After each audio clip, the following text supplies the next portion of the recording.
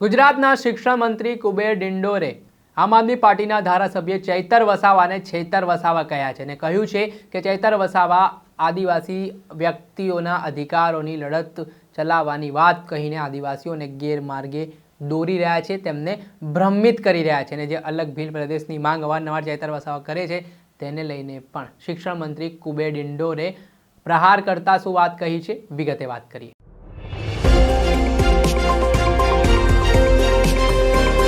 શું તમે અમદાવાદમાં ઘર લેવાનું વિચારી રહ્યા છો, ઘર શોધી રહ્યા છો, તો પછી ચિંતા મૂકી દો। શું કામ ચિંતા કરવાની જરૂરિયાત છે? કેમ કે અમદાવાદના પાલડી વિસ્તાર ખાતે સ્થિત ન્યૂ શારદા મંદિર રોડ પર આનંદ શિવ નામના એપાર્ટમેન્ટમાં એક ફ્લેટ વેચવાનું છે। 3 BHK આ ફ્લેટ છે, તેની અંદાજિત કિંમત 85 લાખ રૂપિયાની આસપાસ છે અને તમે એમાં પણ ચિંતા કરવાની જરૂરિયાત નથી, તમને ફૂલ્લી ફર્નિશ આ વસ્તુઓ મળવાની છે। એટલે અને કપડાં અને વાસણો લઈને સીધા તમને અહીંયા રહેવા માટે જવું છે। અને બીજી ખાસિયત હું આ ફ્લેટની બતાવવા માંગીશ કે આનંદ શિવ જે એપાર્ટમેન્ટ છે ત્યાંથી 50 મીટરના અંતરે ભીમનાથ મહાદેવનું મંદિર આવેલું છે। 50 મીટરની અંતરે શ્રેયાસ મેટ્રો સ્ટેશન પણ આવેલું છે। એટલું જ નહીં, ભીમનાથ મહાદેવ મંદિરની બાજુમાં જૈન મંદિર પણ આવેલું છે, એટલે તમે ધાર્મિક રીતે પણ જોડાયેલા હો, સાથે તમને હરવા ફરવાના શોખીન હો તો ખૂબ જ સુવર્ણ તક માનવામાં આવી રહી છે। એટલું જ નહીં, આ જે ફ્લેટની ખાસિયત એવી છે કે આમાં તમને 3 BHK ફ્લેટ તો મળશે, સાથે સાથે 60 વાર એક જગ્યા પણ છે તે આપવામાં આવશે। આજે જ આ સ્ક્રીન ઉપર દેખાઈ રહેલા નંબર ઉપર સંપર્ક કરીને વધુ વિગતો મેળવો।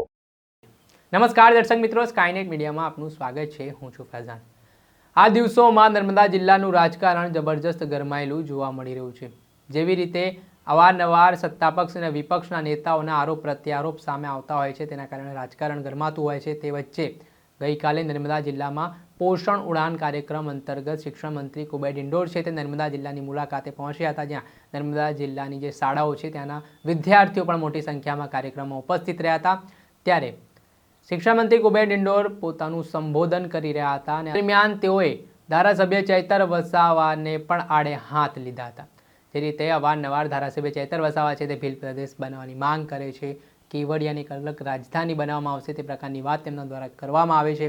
આદિવાસીઓના હક અને અધિકાર માટે તેઓ લડતા હોય તે પ્રકારનો દાવો ચૈતર વસાવા કરતા હોય છે। તેને લઈને શિક્ષણ મંત્રી કુબેર ડિંડોરે પ્રહાર કરતા કહ્યું છે કે કેટલાક લોકો આ દિવસોમાં છે તે આદિવાસી સમાજને ભ્રમિત કરવા માટે નીકળી પડ્યા છે। તેઓ દ્વારા અલગ અલગ બાબતને લઈને યુવાનોને ગેરમાર્ગે દોરવામાં આવી રહ્યા છે। સાથે શિક્ષણ મંત્રી આટલેથી ન અટકતા ચૈતર વસાવા જે ધારાસભ્ય છે તેમને છેતર વસાવા ગણાવ્યા છે અને શું વાત કહી છે તે સાંભળી લો। એકતાની વાત છે, બધા જ લોકો સાથે મળીને દેશને આપણે આગળ વધારવાનો, પણ લોકોને સમાજમાં ભાગલા પાડવાની નીતિ, અલગતાવાદ પેદા કરવાની વાત, જાતિવાદ ફેલાવવાની વાત, પ્રાંતવાદ ફેલાવવાની વાત કેટલાક લોકો કરી રહ્યા છે। મારા નવા યુવાનો અને મિત્રો ભ્રમિત કરી રહ્યા છે। એવા લોકોને મારે વિનંતી છે કે મારો આજે આ સ્કૂલમાં ભણતા મારા વિદ્યાર્થીઓ આ સાચી વાતથી મિત્રો વાકેફ થાય, સાચો ઇતિહાસ જાણે અને આગળ વધે। એવા લોકો કેટલાક ભ્રમિત કરી રહ્યા છે ગામડે ગામડે, આખા ગુજરાતમાં, દેશમાં, એમને જાકારો આપવાનું તમારે કામ કરવાનું છે।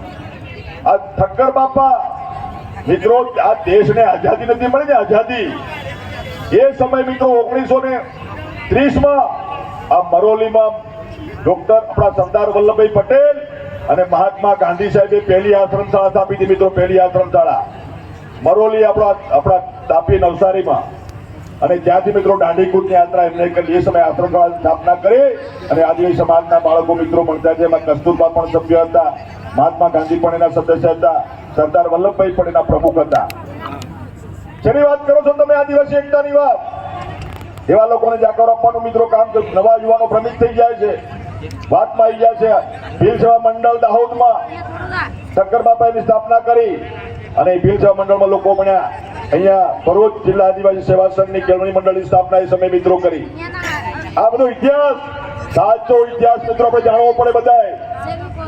આજે લોકોને ભ્રમિત કરવા માટે નીકળ્યા છે અધિકારના નામે, પછી કે આદિવાસીના અધિકારો માટે લડીએ છે। કયા અધિકારોની વાત કરો છો ભાઈ તમે? કયા અધિકાર બાકી રહ્યા? આજે જન્મથી લઈને મૃત્યુ સુધીની યોજનાઓ આપણા મોદી સાહેબે મિત્રો જાહેર કરી છે, બધો જ લાભ મિત્રો આપણને મળી રહ્યો છે। આપણા રાજનીતિમાં પણ આપણા અનામતનો પૂરેપૂરો મિત્રો અમલ થઈ રહ્યો છે।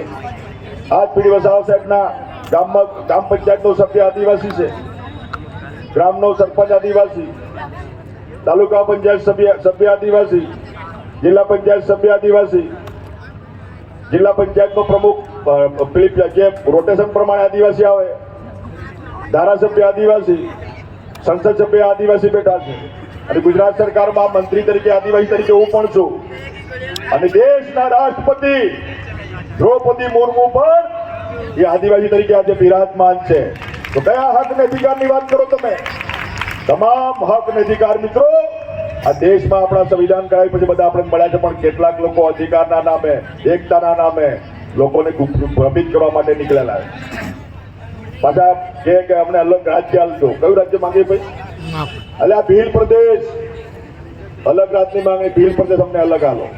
એટલે આ અમારા 7 ટર્મથી ચૂંટાયેલા સોમજીભાઈ ડામોર સાહેબ સંસદ સભ્ય અને દિલીપસિંહ ભુરિયા જાંબુઆથી સંસદ સભ્ય ચૂંટાતા હતા, અને વાંસવાડાથી પ્રભુલાલ રાવત એ સમયે ચૂંટાયા, અને એમને ભીલ પ્રદેશની માંગણી એ સમયે કોંગ્રેસની સરકારમાં કરેલી કે અમને ભીલ પ્રદેશ આપો, અમે અલગ વ્યવસ્થા કરીએ.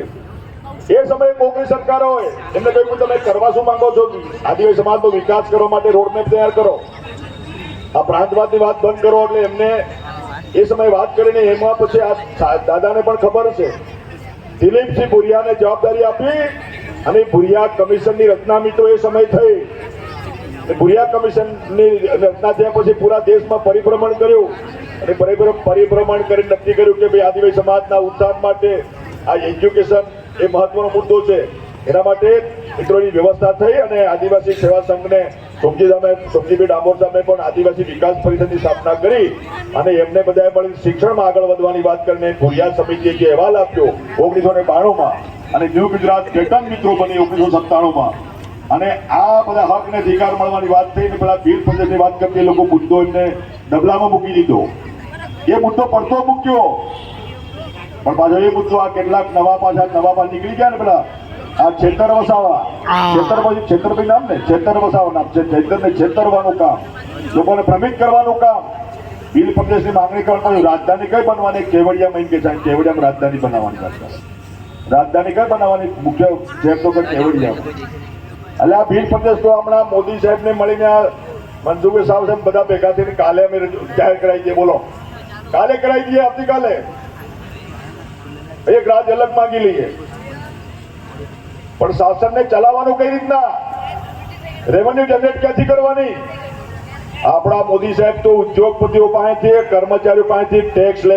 આ હતા શિક્ષણ મંત્રી કુબેર ડિંડોર. તેમના દ્વારા કહેવામાં આવ્યું છે કે ભૂતકાળમાં પણ ભીલ પ્રદેશની માંગ ગુજરાતમાં, દેશમાં ઉઠી હતી, ત્યારે જે તે સમયના આદિવાસી સમાજના દિગ્ગજ નેતાઓ હતા, જેઓ સાંસદ રહી ચૂક્યા છે, તેઓ દ્વારા પણ આ માંગ ચલાવવામાં આવી હતી, પરંતુ જે તે સમયની સરકાર દ્વારા માંગને લઈને વાત કરી, આદિવાસી સમાજ માટે જે એક એક્શન પ્લાન, એક કમિટીની રચના કરવામાં આવે, અને ત્યારબાદ તે બાબતો તપાસવામાં આવે કે આદિવાસી સમાજનો વિકાસ કેવી રીતે થઈ શકે, તો તે મૂળ કારણ શિક્ષણ આવ્યું હતું, અને આજે આદિવાસી સમાજના લોકોને શિક્ષણની ખાસ જરૂરિયાત છે, તે બાબત ઉપર તેમણે ભાર મૂક્યો હતો. અને જે આજના સમયમાં ભીલ પ્રદેશ બનાવવાની માંગ ચાલી રહી છે, તેને લઈને પણ શિક્ષણ મંત્રી કુબેર ડિંડોરે પ્રહાર કર્યા હતા, અને કહ્યું હતું કે હું ને મનસુખ વસાવા જે સાંસદ છે તેઓ ચલો માની લો કે ભીલ પ્રદેશ બનાવવા માટે વડાપ્રધાન નરેન્દ્ર મોદીને રજૂઆત કરશે, તો પણ ચૈતર વસાવા પાસે કોઈ રોડ મેપ છે ખરા? કેવી રીતે તેનું સંચાલન થશે, શું થશે, તે તમામ બાબતે તેમણે સવાલ ઉઠાવ્યા હતા. દર્શક મિત્રો, અત્યાર સુધીમાં બસ આટલું. આવા નવા વિડીયો સાથે આપને માહિતગાર કરતા રહીશું, એટલે સ્કાયનેટ મીડિયાને લાઈક કરી લો, સબસ્ક્રાઇબ કરી લો, અને શેર કરવાનું ભૂલતા નહીં.